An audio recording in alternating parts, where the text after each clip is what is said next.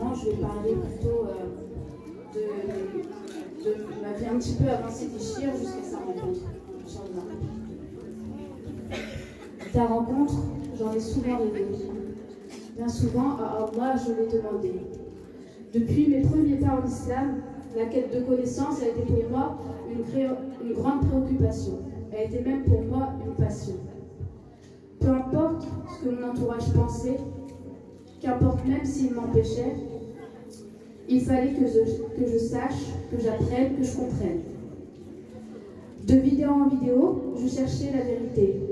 Qu'Allah récompense tous les imams pour leur partage de leurs connaissances. J'ai beaucoup appris, mais ce n'était pas suffisant. Oh Allah, tu es tellement grand, ça ne peut pas être que ça, le halal, le haram. Alors de cours en cours, j'interrogeais les professeurs. En cours de Tawhid, j'en ai passé des heures. Allah, tu es unique, rien n'est tel que lui. On me l'a souvent rabâché. Mais ce n'est qu'une parole sur la langue, qu'en est-il du cœur? Et puis, après quelques années, cette himma a commencé à subtilement se dissiper, comme une impression de tourner en rond, comme une sensation d'être en prison. Oh Allah, je ne pouvais que t'invoquer, car après tout, toi seul connais la vérité. Sur mon tapis de prière, de nombreuses larmes j'ai versé. Et Allah, je veux te connaître, guide-moi vers un homme véridique, un de tes bien-aimés. Cette dua, je l'ai souvent répétée. De ta bonté, Ya Allah, je n'ai jamais douté. Puis, un jour, le miracle se produisit. La Talika Kakalia apparut dans mes suggestions. Malgré leur drôle d'habit, je me refusa la mauvaise opinion. Car cette voix a un discours authentique, jamais entendu.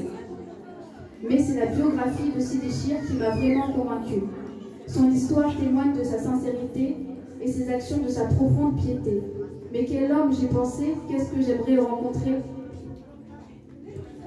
Le destin avait précédé cet espoir, car quelques jours plus tard, je pris le train pour venir le voir.